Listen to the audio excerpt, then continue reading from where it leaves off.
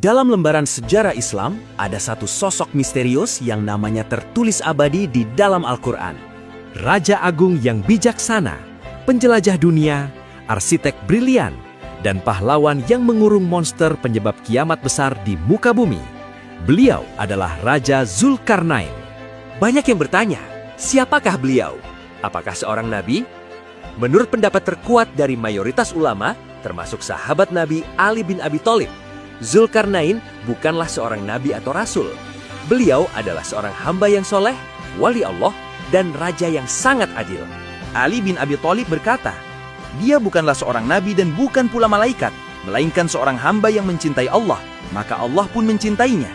Saking solehnya, Allah langsung memberikan ilham ilmu pengetahuan dan teknologi tingkat tinggi ke beliau. Teknologi inilah yang kelak digunakan untuk misi penyelamatan umat manusia yang sangat epik.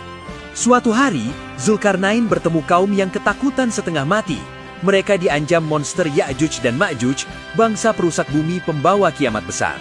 Warga memohon dibuatkan tembok pelindung dan menawarkan harta melimpah. Tapi Zulkarnain menolak.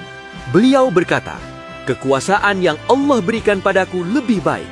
Cukup bantulah aku dengan kekuatan fisik dan bawakan bahan-bahan yang kuminta." Disinilah mega proyek gotong royong kuno dimulai. Surah Al-Kahfi ayat 84. Inna makanna lahu fil ardi wa atainahu min kulli syai'in sababa.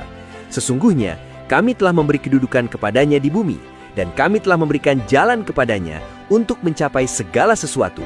Berbekal sababa, jalan atau petunjuk dari Allah, Zulkarnain memobilisasi puluhan ribu warga lokal. Beliau mengajari mereka cara menambang dan mengekstrak biji besi dan tembaga dari gunung dengan teknologi yang jauh melampaui zaman itu. Pembangunan dimulai. Zulkarnain tidak menggunakan semen. Beliau menyuruh menumpuk balok-balok besi raksasa untuk menutup rapat celah dua gunung. Lalu, susunan besi itu dibakar sampai merah menyala seperti lava. Di momen inilah sains Al-Quran bikin ilmuwan modern terpukau. Zulkarnain berseru, "Bawakan aku tembaga cair." Ribuan ton tembaga mendidih dituang menyelimuti besi membara itu. Sains membuktikan saat tembaga menyusup ke pori-pori besi panas, tercipta superalloy komposit logam yang anti karat, super padat, dan permukaannya licin selicin kaca. Firman Allah di ayat 97 pun terbukti. Ya'juj Ma'juj tidak sanggup mendaki dan melubanginya. Tembok Zulkarnain berhasil. Monster itu terkurung di dalamnya. Hebatnya, Zulkarnain tetap tawadu. Beliau bersujud dan berkata, "Ini adalah rahmat dari Tuhanku. Jika janji Tuhanku sudah datang, tembok ini akan hancur leleh." Lalu, di mana tembok itu sekarang? Kenapa satelit militer atau Google Earth nggak bisa mendeteksi tembok sebesar gunung ini? Jawabannya, tembok dan Ya'juj Ma'juj sudah ditutup oleh tabir gaib dari Allah sampai tiba waktunya menjelang kiamat. Menurut hadis sahih, Ya'juj Ma'juj terus menggaruk tembok itu setiap hari, selama ribuan tahun. Setiap sore, saat tembok mulai tipis, bos mereka bilang, "Kita lanjut besok." Tapi karena mereka sombong dan tidak bilang insya Allah, keesokan paginya Allah kembalikan tembok itu setebal semula. Dari sini kita belajar dua hal besar. Pertama, sehebat apapun pencapaian Zulkarnain membangun mega proyek ini, beliau tetap sujud dan bilang, "Ini cuma rahmat dari Tuhanku."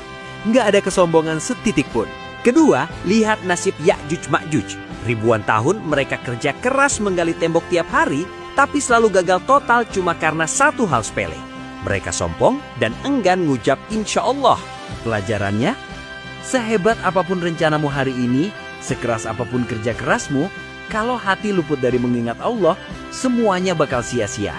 Mulai hari ini, libatkan Allah di setiap langkah kita. Bagikan kisah luar biasa ini, biar jadi amal jariah buat kita semua.